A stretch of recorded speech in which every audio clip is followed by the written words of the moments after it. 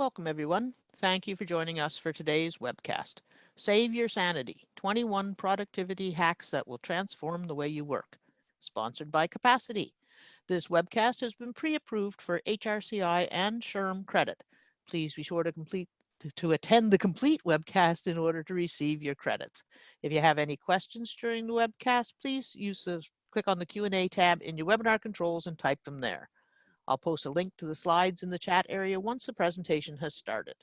A new tab will open in your browser with the webcast survey. Please be sure to complete it as soon as the webcast has ended. It is now my pleasure to turn it over to our presenter, Justin Schmidt. Hi, my name is Justin Schmidt. I'm the Vice President of Marketing here at Capacity.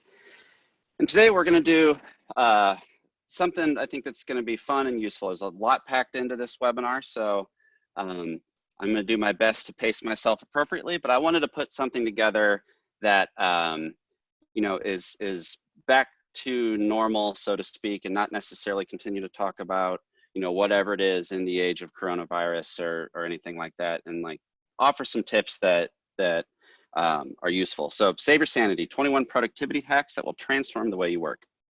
And off the top, would really like to thank HR.com and quite frankly, the entire HR community. Every single organization on planet Earth is going through some challenges and issues. And every one of those organizations, whether it's one person or thousands of people, has an HR team that is led and guided everyone through this. So thank you very much for everything that you all do. I'm very appreciative. So here at Capacity, our tagline is "Where Work Flows," and I want to talk to you today about some tips and tricks that I think, at least in my experiment and talking to a bunch of other people, can create an environment and create a headspace where your best work flows, right? So to put together this list, I surveyed everybody here at the company. I talked to some former mentors of mine. I talked to, even called my grandmother who was in HR at May Company, famous bar for much of the 70s and 80s.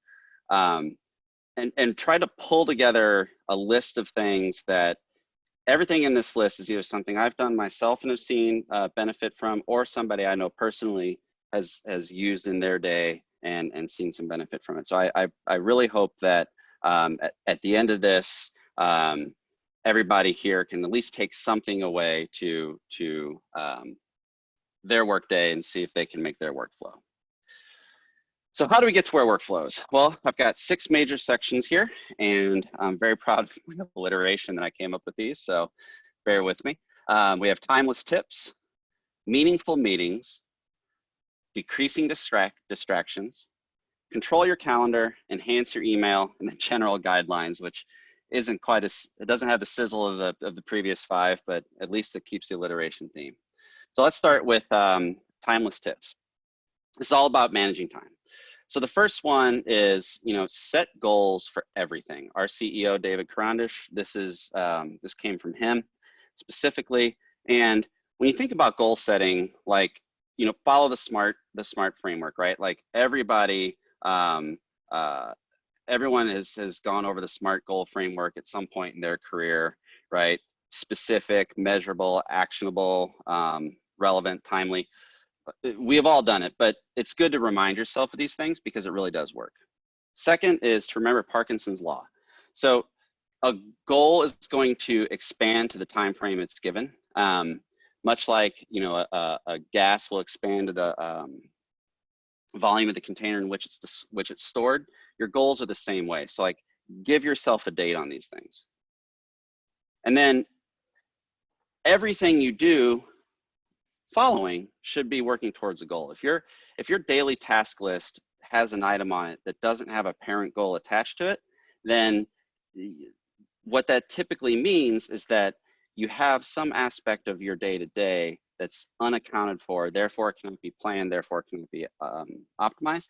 And even still, a task that doesn't align to a goal, when you get it accomplished, you don't have the sort of reward and the goal at the end of that task to tie it back to. So follow SMART framework, remember Parkinson's law, and everything you should do should work towards a goal. Second timeless tip, break down tasks into component parts. So this is a, you know, the famous saying of like the easiest way to eat an elephant is to take the first bite, right? In my experience, a mind map is a fantastic way to do this. So if you have, for example, a you could use any one of the various tools out there. MindMeister is a good one. Glue Maps is a good one. But just taking a big goal, a big idea, and breaking it down into its component parts lets you really sort of see what's important, what's not, helps you start thinking of scheduling them. You could use this for everything from a giant project that takes, you know, months and months and your entire team to do, all the way down to just a simple thing that you need to do yourself if it's, you know, even if it's only got 3 steps, right? So mind map your ideas. And, you know, another way you could look at this is look at an equation of success to understand your variables. So, you know, in marketing, right, like our equation of success is new customers is equal to the amount of leads you get times your ability to convert those leads, right? Pretty simple algebra there. But when you think like, hey, we got to get new customers, well, what's the sort of, you know, mathematical way to kind of break that out? And you look at it and you look at the component parts, and that helps you then kind of figure out what you should attack first, what's the most important, you know, what's the variable that matters, right? So mind map your ideas and make an equation of success to understand your variables. The third timeless tip is plan your day with the Eisenhower Matrix. So I started doing this about a year ago, and I have found it to be pretty impactful for me because as a leader, I have a lot of different, you know, downward pressure, upward pressure, multiple facets inside the team that are vying for either my attention or my input, or, you know, quite frankly too, you know, the breadth of the goals that they're trying to solve are pretty wide. So being a bit of a World War II buff, you know, I had known about President Eisenhower, General Eisenhower's penchant for planning, and looking into this further, you know, he has a framework for it. So basically, you get your to-do list, right? And you break them into 4 buckets. The first one is the do first. It's the most important thing you should do. You know, this is that you wake up in the morning, you get to the office, the first things you should do, right? Then you have your schedule bucket. These are things that are important, but not so urgent that they should be in the do first bucket. Your third is the delegate. So it's urgent, but not quite as important. You know, go ahead and delegate that. If you're an individual contributor, then this is where, you know, working with the other people on your team to see who has bandwidth and sort of sharing responsibilities and things could really help. And then finally, and this is my favorite of all 4 buckets, is just don't do. If it's not urgent or it's not important, you know, why are you doing it at all? And if you think back to our discussion we just had a minute ago about setting goals and breaking ideas down to their component parts, if something doesn't have a goal associated with it and it's not important, there absolutely is no reason you should be spending your time on it. And it's amazing when you start cataloging and breaking all this stuff down, how much of your day really is sort of, you know, for lack of a better word, wasted by this kind of stuff.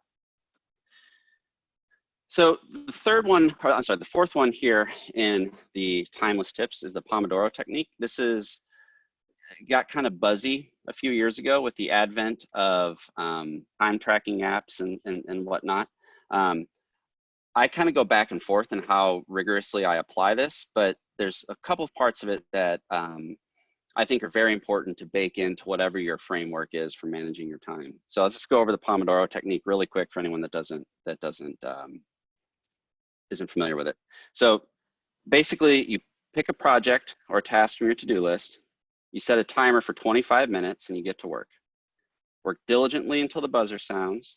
When time is up, put an X next to your task on the list, take a short break, 5 minutes, and then start over. After 4 Pomodoros, so 4 25 and 5 little chunks, take a longer break, 15, 20 minutes. And the reason it's called Pomodoro is because when this technique was sort of first came up, the person that did their pitch and timer looked like a little Pomodoro tomato, so it stuck. I personally use Be Focused. It's an app. We're a Mac user company here at Capacity, and I use Macs at home. So I use Be Focused for this. There's a other on the Windows Store. There's a Focus to Do app that works pretty well. And then if you just Google Pomodoro apps, you'll come up with 1,000 of them. So take your pick, but the standard 6 steps here are what really matters. All right, my last timeless tip is to set aside time specifically for email. And I was just talking with Kate, our HR person. She's the only other person in the office today, actually, about exactly this. So email can be a real time suck if you let it. So I read this on a life hacking blog. This was right after I got out of college. This is in the early 2000s. And I have been largely a follower of this ever since. So email only happens at specific times of day. This is like the first rule. Like for me, I do it once right before lunch and then once right before I leave for the day. And I do this because it gives myself a hard stop. Like if I have to leave at 5:15 or 5:30 to pick my kids up from daycare by 6, like there is no one last email, right? Like I am going to get that thing done or not, but it has an end date. And the reason I think right before lunch is a good thing to start rather than immediately as soon as you wake up or as soon as you arrive at the office is it gives you time to do all the other stuff that's more urgent right now. Email is a asynchronous method of communication. Virtually every single office these days has some sort of chat application that they use. We use Slack here at Capacity. And that's a much more synchronous real-time kind of thing. Email is largely either if it's really important, someone's going to Slack you if it's internally. Externally, obviously, emails is the way to communicate. But do not let email rule your day, because if you do let it, it will.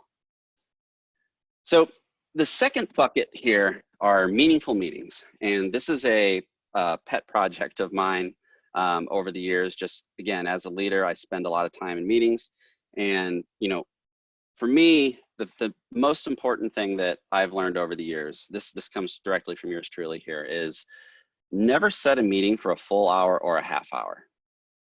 So what do I mean by that? Well, I mean, a meeting ends at 55 or 25, not 11:30 or on the hour.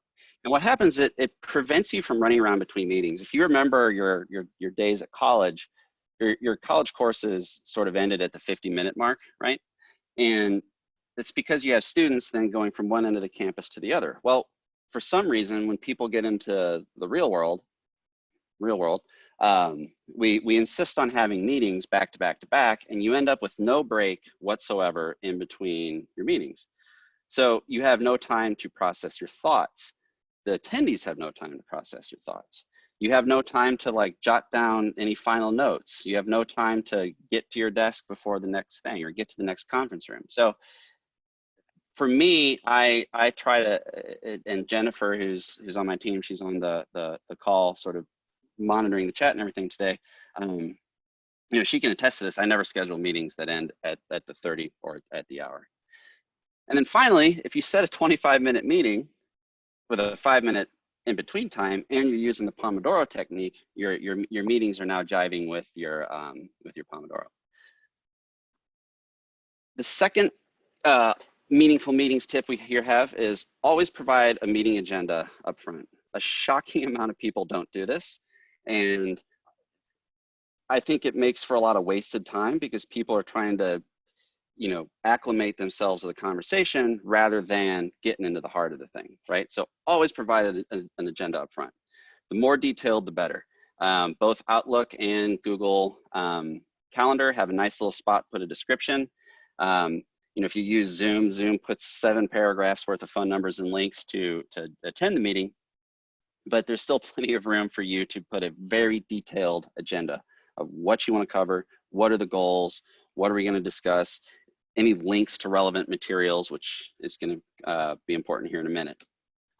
Stick to the agenda, even if it feels like it's going off the rails. So if you have an agenda and people are starting to have a valuable but off-topic conversation in the meeting, the classic business buzzword bingo of let's discuss this offline, or why don't we schedule a follow-up for that? Like, if it's your meeting, if you scheduled it, then it's a meeting that's important to you. You therefore have, sovereignty over the law of that meeting.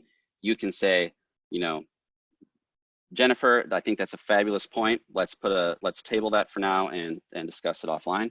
And speak up if you're in a meeting that this starts to happen. It's once culturally people get into this habit of sticking to an agenda, like meetings are no longer this thing that you sort of roll your eyes on your way to, which unfortunately happens a lot. My final meaningful meetings tip is to send out the materials ahead of the meeting. I have Mr. Bezos's picture here because this is like a famous Jeff Bezos move. And basically, they send out these giant memos that are 6-7 pages long, sort of deeply discussing basically everything that's going to be going over in the meetings, kind of like an agenda on steroids, or a prep materials taken to only the scale that Amazon could do. I believe Jack Dorsey has mentioned this being a thing that he likes as well. I've tried doing this with Capacity. It really helps. Give you a great example. When we were going through some branding changes, we had one meeting where we presented everything to the CEO, and everything got off the rails, et cetera, et cetera. A second one later where we sent out everything ahead of time, all the logo changes or taglines or whatever it was that we were reviewing ahead of time, and everyone coming to the meeting sort of prepared and already had their thoughts baked, already had time to think about it, really made for a much more harmonious experience. So Amazon has done a lot of really interesting things culturally, and I think this is one of them that I think everyone should at least try. Again, it does take a lot of effort on your part, but I promise you, if you start doing it, you'll see your peers doing it.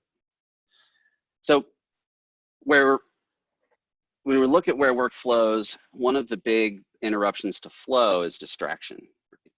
There's a myth that people can multitask, and people say they're good multitaskers. That's just not true, and a lot of research has been done on this.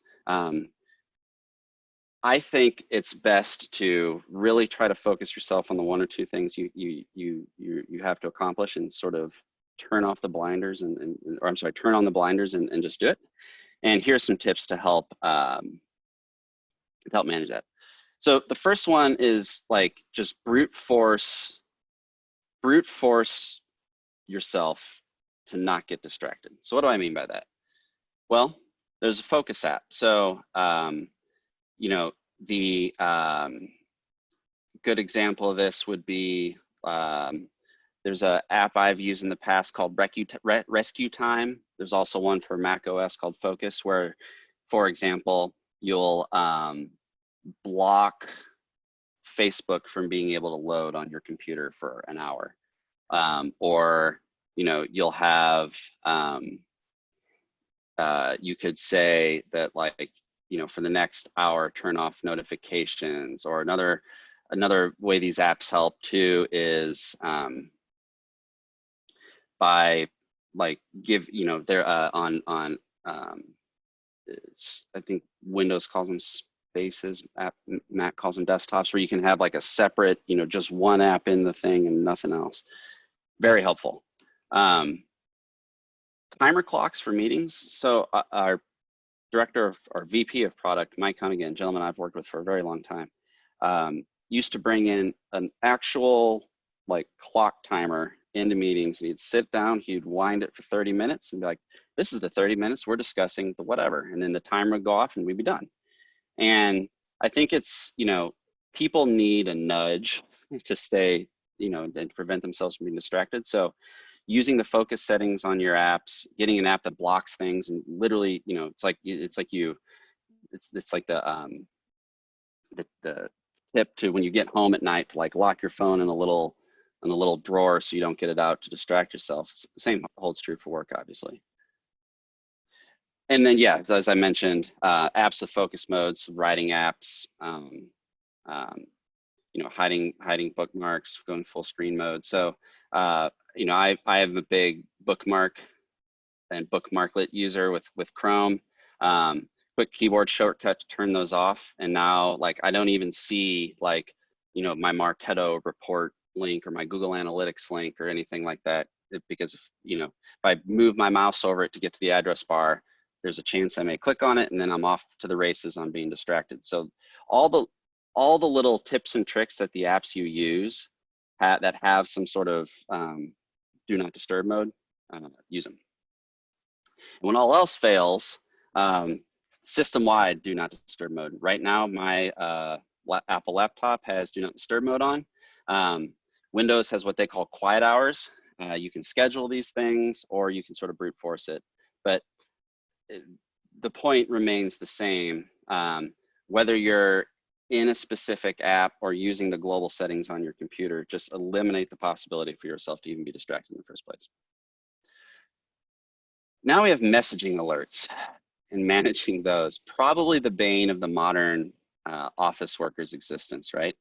You know, we use Slack here at Capacity, but you know, Microsoft Teams obviously big on this too, and both of them have abilities to configure your alerts.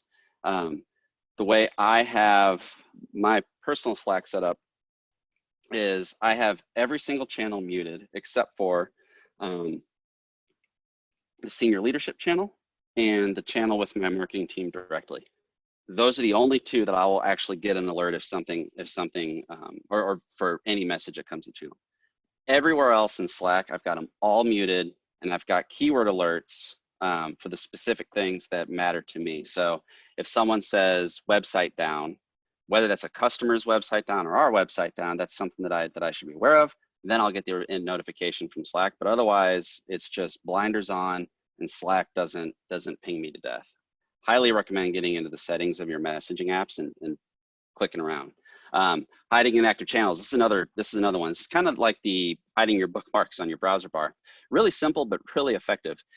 If you see the lunch group channel has a bunch of messages in it, and it's 11:10, and you're halfway through the last thing you got to do, you're doing your email section before lunch, the odds of you clicking on that are a lot higher than if you don't see it at all. So hide your inactive channels, hide your inactive teams, try to keep yourself as narrowly focused on what it is that you need to do as possible.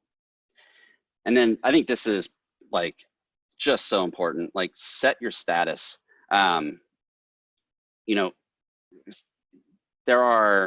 You can link in Slack, you can link your calendar app with your Slack status. I'm pretty sure Teams does this as well, where if I'm in a meeting, the little meeting icon comes up. If I'm on a phone call, the little phone call icon comes up. And if you can give just one split second of hesitation to the person that's about to Slack you something that could wait 5 minutes, that happens once a day. When you think of like the opportunity cost to context switch between that and after that, after that interruption, the odds are that simply doing this is going to save you 20 or 30 minutes at some point in your day. Not everyone does it. When I informally looked at all the icons of my teammates a few days ago, when I was preparing for this, I noticed that probably 60–70% of people didn't have some sort of meeting icon or status icon difference, and they're just a green dot the whole time, which basically is says to the rest of your team, distract me, right? So set your status. And then this is obvious, but it's also very, very true and related to set your status. Schedule your work hours in these applications. Like after 6 p.m., Slack mobile does not give me notifications. And before 8 a.m., Slack mobile does not give me notifications. And for a long time, when we first started adopting, or at least when team messaging like this first started widely getting adopted at a previous gig, you get sort of sucked in and addicted to the always on nature that something like a Slack or Microsoft Teams creates. And you have to kind of go out of your way to say, no, there are boundaries, and the boundaries are between 6 p.m. and 8 a.m. the next day, don't notify me. What I have found is if things are really important, you'll get a phone call, right? So don't be afraid to schedule work hours. Don't be afraid to set your status, hide your inactive channels, and custom configure your alerts so that only the stuff that you care about hits your eyeballs. So this one here, separate personal profile. An old mentor of mine, back when I worked in the media and publishing space, gave me this tip. This is supported on Windows and Mac OS, but like create a separate, just a whole separate profile and keep all your personal stuff and their distractions sort of off your work desktop. So in my particular case, I'm looking at it right now in Apple fast user switching. I've got Justin Schmidt, which is the work profile. And then I got Schmitty, which is my personal one. And if I switch over to my personal profile, Chrome, which I use for work, is not installed. Slack obviously is not installed. It is, the same synced Safari account that I have on my computer at home. It's, the calendars, the shared calendar my wife and I have to keep up with family events, not my work calendar. I've got Steam installed so I can play some games. I've got some of my music apps installed so I can be creative. It's literally like a separate machine, and there is no cross user profile notification. So in a world where you're doing your Pomodoros and it's time for you to take a break, it's one thing to just say, okay, I'm gonna take a break, and you're still staring at a Chrome window that has a adjacent tab that's, Paycor or Paychecks or, whatever, Ceridian, whatever HR tool you use. And you're, looking at dinner reservations in the current tab, that is going to distract, it's going to distract you from your break time, which is important. And B, the other way around, it's very easy to just sort of pop open, your Amazon account and add some stuff to your cart. But if you keep all that stuff literally on a separate desktop, you're gonna find it pretty helpful, because it creates an intentional act, right? I'm a big believer in doing things with intention when they're important, and we're going to talk about this further in a later slide. But whenever you create an intentional act, the chance of success that act is going to drive what you want goes way up, and you're actually building trust in yourself to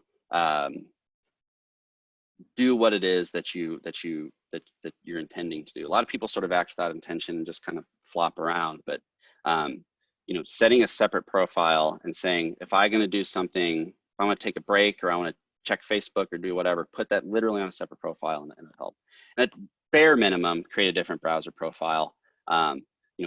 Chrome and Microsoft Edge both support this. Safari doesn't, I don't think, but bare minimum, at least create a different browser profile. Control your calendar. So this is, related to some of the meeting stuff we talked about earlier, but there's a few tips in here that over the years I found really helpful. And the first one is scheduling apps are your friends, right? So, Calendly and its ilk are extremely helpful. And I'll send in the post-webinar follow-up email that our marketing team is going to send out. I'll include my script in this, but I made a little Apple Siri shortcut to basically, I click a button and it grabs either my 25-minute meeting or my 55-minute meeting calendar link. I'd made the same little template in Gmail so that I could just quickly grab those. And then, every other place where I can have like a shortcut template kind of situation, we have these, and it's really helpful because, oftentimes when it comes down to setting meeting, you have one party saying, oh, I'm available this time, that time, I'm available. And that back and forth is just a complete and total waste of time. Calendly can feel impersonal when you're like, hey, here, schedule yourself on my Calendly, but it really does save both parties a lot of time, and having that handy is super helpful. I got ahead of myself there and forgot to hit next, but yes, add the snippets and templates in your app so you can easily hand them. Also, scheduling focus time. So some apps, there's an app called Clockwise. It's free for now, and I'm sure they're gonna monetize it somehow eventually, but this is really cool. You basically add it to your, and I think it only supports Google Calendar for now, and they're gonna add Outlook and Microsoft support soon, but it's really clever. It basically looks at your day and finds an open spot and then schedules a focus block for you for that spot.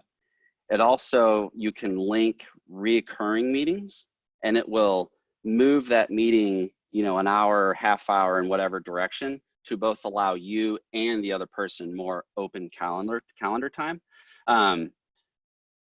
It is a godsend to, you know, basically have this virtual assistant effectively keep a focus block on your calendar, because if you don't schedule it, it's not going to happen. To my point, you know, be intentional, put a focus block on your calendar. I have a giant block of time on my calendar called Focus Pocus that I put up, you know, 3 or 4 times a week. That's just a big block of time. That's, you know, whenever someone looks to schedule me for something, it's going to say I'm busy. And if it's really important, they're going to say, hey, Justin, I notice you're busy from noon to 4. I really need to talk about such and such. Now we've done 2 things. One, the person who wants to schedule me has made the intentional act of saying, I really need to meet with him about this, but he's booked. Let's talk about it. And furthermore, for me, it's a great signal for me whenever someone sends me a message and says like, hey, I want to put time on your calendar, but you're busy tomorrow. It's important, and it's just so helpful for both parties to go into that interaction knowing what they're about to talk about is important.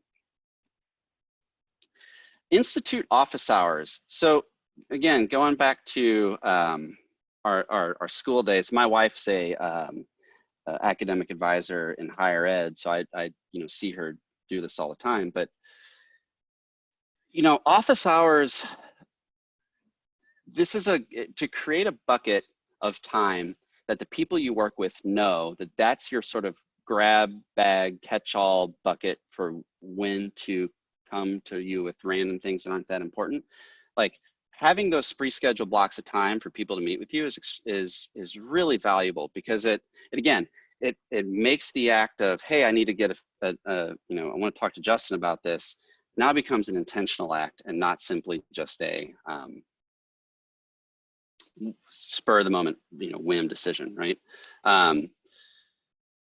Related to this is also batching your meetings by type. So here at Capacity, I do all my one-on-ones, both sort of downward and upward, on Thursdays.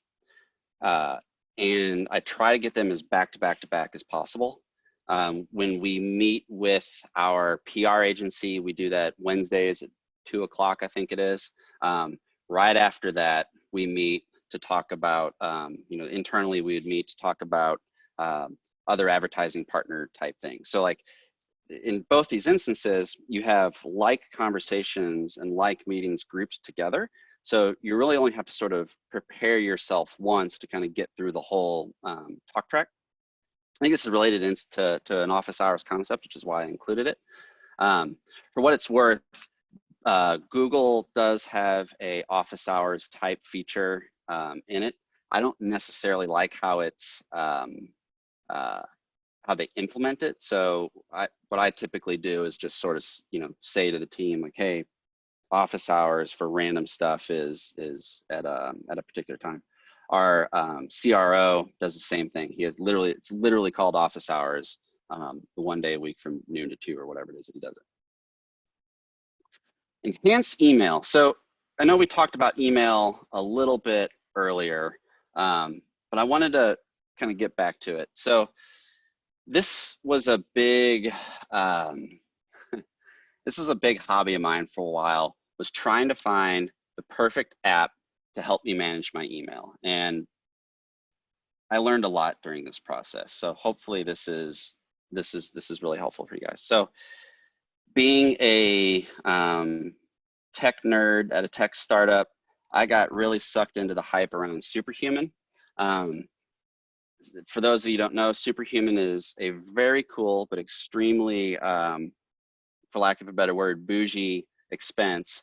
It's a $30 a month subscription to an app, which for email, which when you say out loud is insane. But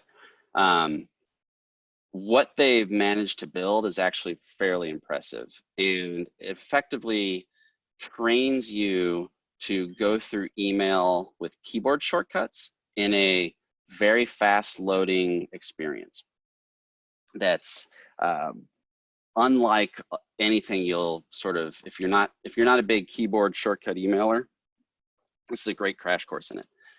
And what happens is you get into like a flow state where you're just sort of plowing through your emails and quickly processing things and going through them.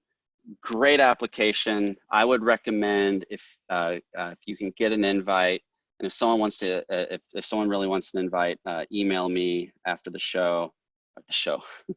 Email me after the webinar, and I'd be happy to send you one. Try it for a month, but like it's really hard to justify $30 a month for an email application, but a month or two will get you in the swing of it, which brings me to an app called Spark, which does what I would say 75% of what Superhuman does, but it's free. That last 25% makes a big difference though. So I can't recommend Spark as much as I would Superhuman, even though it costs $30 a month less. But it's the same sort of idea of email built around keyboard shortcuts and a feed and just kind of plowing through it. Super helpful. But here's what's interesting about this. And, you know, you can do a lot of what Superhuman and Spark and some of these other apps do in Gmail or Outlook. You just have to put the work in to configure it. So ultimately, here's where I landed on this is, and this, again, this is my workflow. Everyone's could, you know, be different here, but this is what I've landed on. Create labels that are important and matter to you. So you have your, you know, internal communication, whatever particular vendor is, you know, professional association, certain team members, whatever it is, create your labels. Then configure your client to basically list view out an entire email, and then the archive and next keyboard shortcut. You know, in Gmail, I believe the letter E is the default one. And then you just sort of like basically you go into a label and you just read next, send an archive, next, and just plow through them, clicking around and getting back up into you know, deep searches and like bouncing back and forth between all these sort of things, and like, you know, formatting text and all this other kind of stuff. Like if you kind of make email as sort of, for lack of a better word, robotic as possible, and you'll get through it a lot faster. So which brings me to the second email tip, and this is one that I loosely adopted from something that I'm going to butcher it a little bit here, but Ashton Kutcher has a philosophy on email where he sort of does all of his outbound sending all at once, and like he does it all sort of, you know, in the first block of his email time, then he gets to the sort of reply type stuff, right? But related to that is when you sit down and you have your scheduled time for email, like don't kick the can down something, never save it for later, right? You know, you've set aside your time, you've sat down, you've configured your app, you've done all this, like don't quit, just plow through it. If the reply, if the answer is like, I should get to this email later, email the person and say, you know, I'll get to this to you tomorrow, 10 a.m. or, you know, let's discuss this on Tuesday, whatever it is. But don't put it aside. Like, send the email, get the email out of your inbox, get it processed. Don't just like leave it. Right? Like, process every email, even if the reply is, I'll get back to you at XXX date. You know, you can, Superhuman does this. You know, Google, you can link it to create a calendar invite, like in real time on the invite or on the email. You know, or just like send an email, say, I'll get back to you, and then go to your to-do list and say, you know, email John tomorrow about the whatever, right? Like, be intentional, process every single one. The goal here is to leave nothing unfinished in your inbox. Like, the concept of inbox zero is a beautiful, wonderful thing, and you shouldn't put any barriers to yourself between, you know, opening up your email app and getting there. You know, use a separate email for various things, right? So have your IT or ops team set up an alias. So, you know, we have here at Capacity, we have an alias we use to sort of sign up for all of our advertising partner or competitor newsletters and emails and et cetera, so it all goes to one inbox, everyone has it. That way individual people aren't signing up for that stuff, because it prevents you know, prevents you from getting another deluge of email into your inbox. So set up a separate email. You know, even like a free account if your IT or ops team can't do it, but just a separate account was really helpful in all this stuff. And then finally, my probably my favorite email tip of all time is just sometimes you just have to clear your inbox and start over, as said by Justin from Capacity during that HR.com number. If you have 4,000 unread emails and like you've been putting it off for weeks and weeks and weeks, just select all and archive it. The important stuff will get emailed back. If you've done everything that we've talked about earlier about setting up labels, and I'll send out a link on some good tips and tricks for setting up labels. But if you've set all this stuff up and you're following the rules here, if you do end up with a giant backlog of email, it's probably all not important stuff. So there's no reason to like stress yourself out about it. Just select all and archive. It'll all be there should you need it. It's all searchable. People will reply. Like, it's okay to do this, but some people don't, and they leave 5,000 emails in their inbox perpetually, and that's just, you're never going to lead an organized day doing that. So we're going to wrap up here with some general guidelines. One of our developers, when I sent out the Slack quiz or poll rather to the team on tips, you know, we have 50-something people here at Capacity. Only one person said this, and it was actually very interesting. And like, it's so obvious when you think about it, but make yourself comfortable. You know, get the ergonomic thingamajig, and if it doesn't work, try another. So, you know, Jennifer, who's not in the office with me, but she's got one of those wrist guards. We got a lot of people here at Capacity with like, you know, monitor arms to adjust the height just right. At home, I've got this sciatic nerve cushion that I put on my chair. All these things, you know, the human body is designed to be in optimal postures and optimal conditions. Like, make sure that's your work environment, right? Don't hesitate to try these things. Secondly, is taking a walk. You know, a walk is really great for clearing your head. And I think it's even better for meetings. If you have a meeting with just one person, do a walking meeting. This is a famous Steve Jobs thing, the walking meeting. Getting the blood flowing, your mental activity goes up. You start approaching problems differently. And just getting out of the office, getting out of your home office these days, and you know, experiencing a bit of the world really does help. And it's, you know, let's be honest, this is an obvious one, but we don't do enough. It's like drinking water, right? Everyone says stay hydrated, drink water. People don't do it. This is the same thing, right? Take a walk.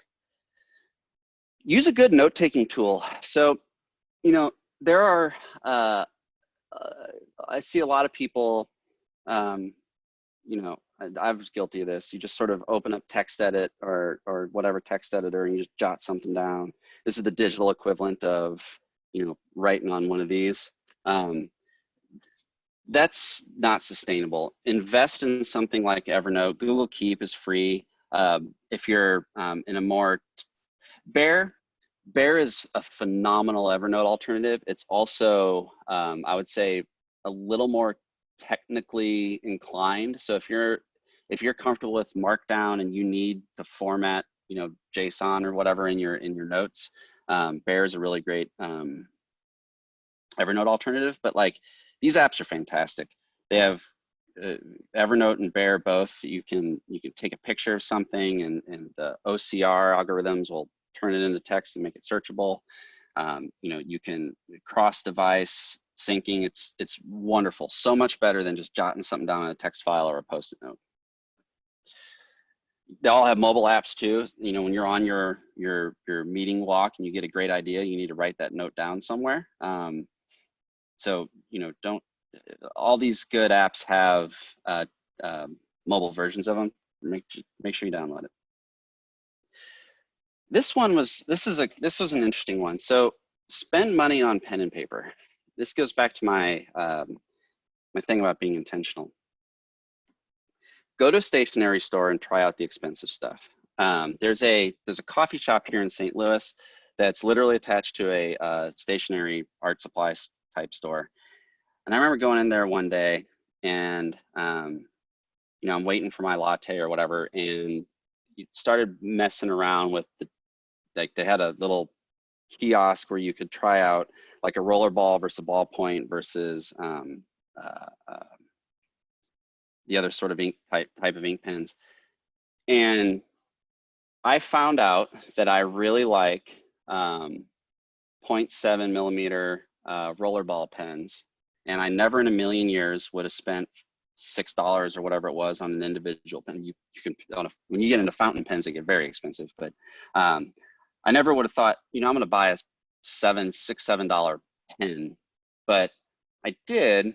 And I'll tell you what, like, it makes a big difference having something that just is such a pleasure to use, that you start looking for reasons to write things down. You start looking for and looking forward to the experience of sort of getting your thoughts on paper. Same with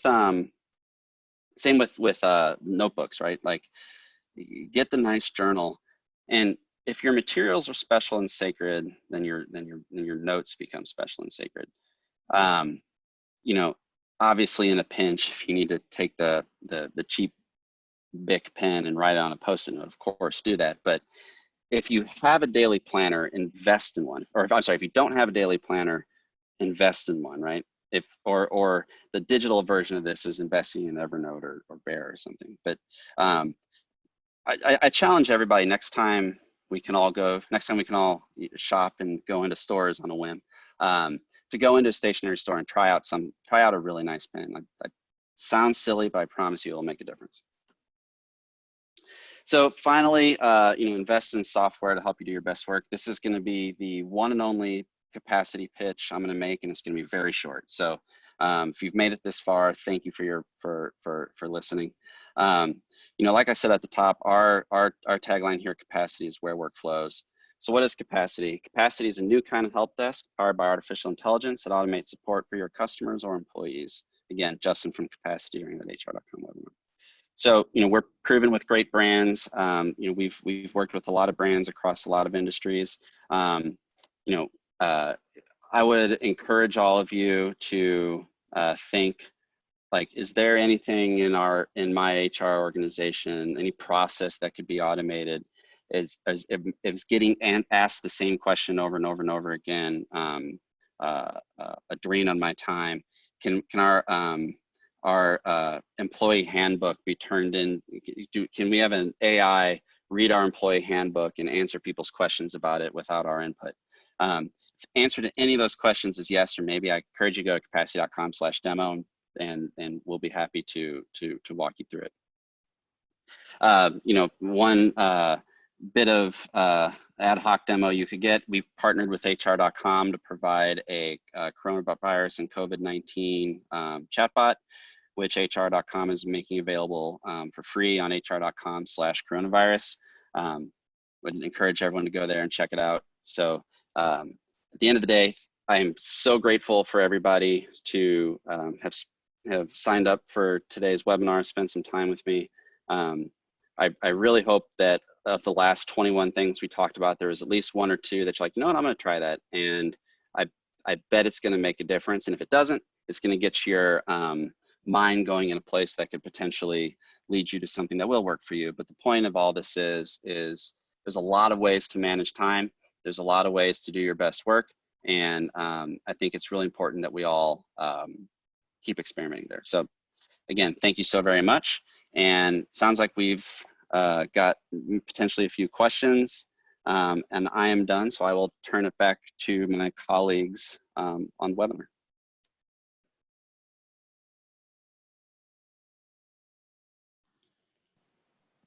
Jennifer, are you going to bring up the questions?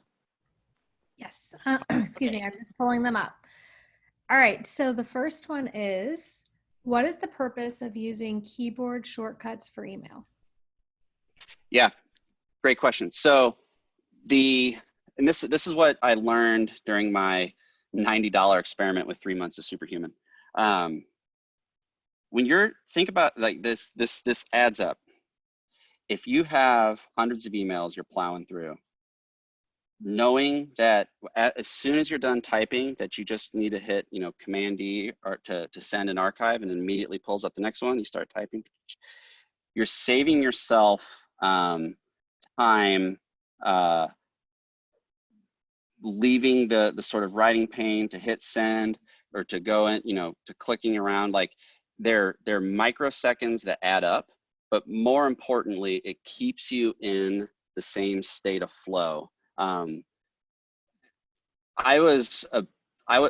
me, I was very, very curious about Superhuman, and because when TechCrunch and all these people are just bloviating about how great this thing is, and it costs $30 a month, I'm like, there's just no way, right? So I tried it, and it really did change the way I use email, and I found that a lot of what they do, you can do with the default tools, and I've never gone back. I know it sounds crazy, but trust me, if you get used to just keyboard shortcutting your way through your email, you really get a lot done faster. Great. So another question was, how do you feel about project management tools? Do they help you organize your day? Yeah, great question. So we use, that's a really great question. So in the scope of project management tools, like I think a great easy one for everyone to try if you've never done one is Trello. It's a very simple Kanban board. So you basically have little cards of your tasks, and you have like to do, in progress, done, right? That's the simplest version. You could add other steps and depending on your process. Project management tools, I think, are best suited when you have buy-in of more than one person, so team-wide, and even better if you do company-wide. So at Capacity here, we use, we're a fairly engineering and product-heavy company. Most of our employees are engineering and product, and so therefore we use Jira, which is a little obtuse, I think, for sort of, marketing or HR or something that's not dev oriented. That said, you can make it work. So a project management tool, Asana, Airtable, Monday.com, Teamwork, Jira, etc. All phenomenal tools. I think the best thing you can do for those is make sure the whole group that's doing the work is adopting the same tool, and then also adopt the methodology that goes along with it. So a lot of times these tools are built around like agile development frameworks. So quick overview on that. So in development team works in sprints, right? So they plan all their tickets. They have a 2-week sprint where they work on everything they planned, and then they get done with it and they batch up another 2 weeks worth of working on it, so on and so forth. And then during each day during that, you have a stand up on what did I work on, What are my roadblocks? What do I hope to get accomplished?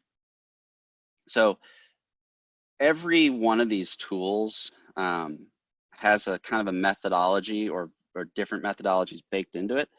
Get buy-in from you and your team on the methodology and the tool, and I think you'll have a lot of success with those. I adore, just in my experience, I think Asana is really good. Monday has built an awesome product.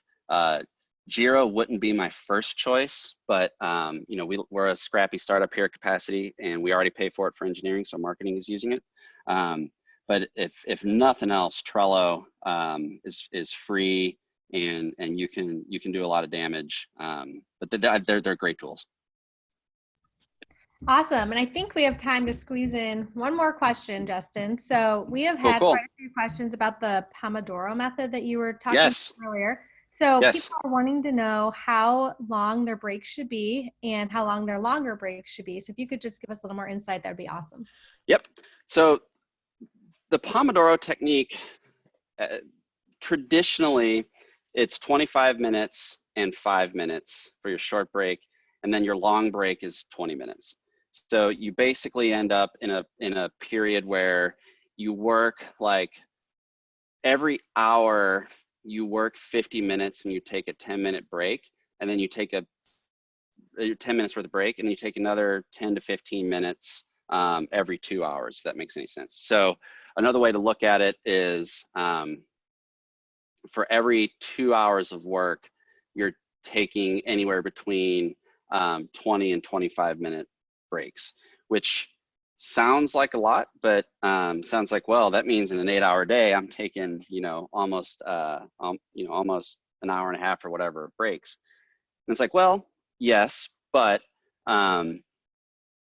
if you batch your breaks right at the end of a task, you're going to train yourself not to take them in the middle of a task, right? From my when I first got into this, you know, the guy that invented it, Francisco, I think, yeah, Francisco Cirillo. Yeah, Francisco Cirillo. So he has his own website. So if you just Google Pomodoro Technique, his is gonna be one of the first results that kind of comes up.